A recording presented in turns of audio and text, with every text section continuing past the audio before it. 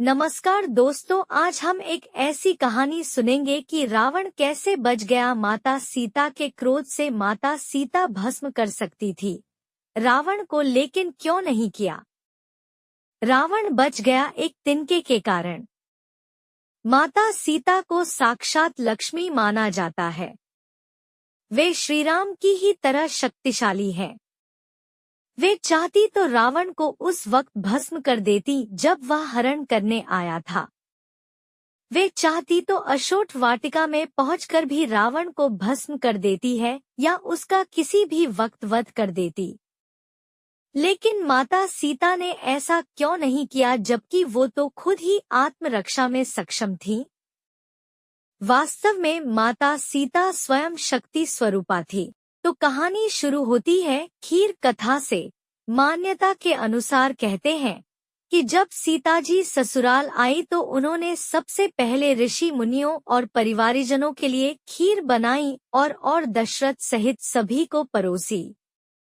जब वे उन्हें खीर परोस रही थी, उसी समय तेज हवा का झोंका चला और सभी ने अपनी अपनी पत्तल संभाली। लेकिन उस दौरान राजा दशरथ की खीर में एक छोटा सा घास का तिनका आकर गिर गया।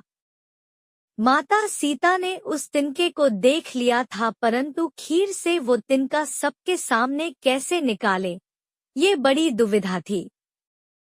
तभी उन्होंने तिनके को दूर से घूरा और माँ सीता की दृष्टि से ही वो तिनका पुन उड़ा और हवा में ही राख बन गया।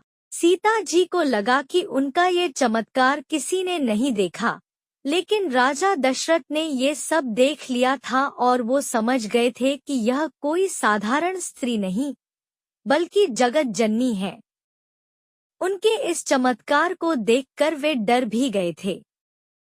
माता सीता ने दिया वचन। खीर खाने के बाद राजा दशरथ अपने कक्ष में चले गए और बाद में उन्होंने सीता जी को अपने कक्ष में बुलवाया।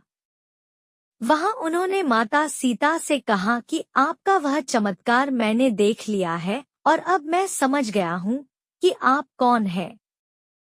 इसलिए आज आप मुझे एक वचन दीजिए कि जिस दृष्टि से आपने उस तिनके को देखा, उससे कभी किसी और को नहीं देखेंगी।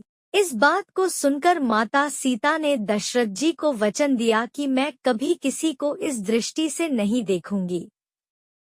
रावण एक तिक्के के कारण बचा रहा। जब रावण ने उनका हरण किया था तो वो स्वयं ही उसे भस्म कर सकती थी, परंतु वो राजा दशरथ को दिए वचन से बंधी हुई थी। इसलिए जब रावण उनके करीब आने का प्रयास करता था या उन्हें धमकाता था तो वो उसे कुछ नहीं करती, बस हाथ में तिनका उठाकर घूरने लगती थी और उसके प्रति अपने क्रोध को नियंत्रित करती थी।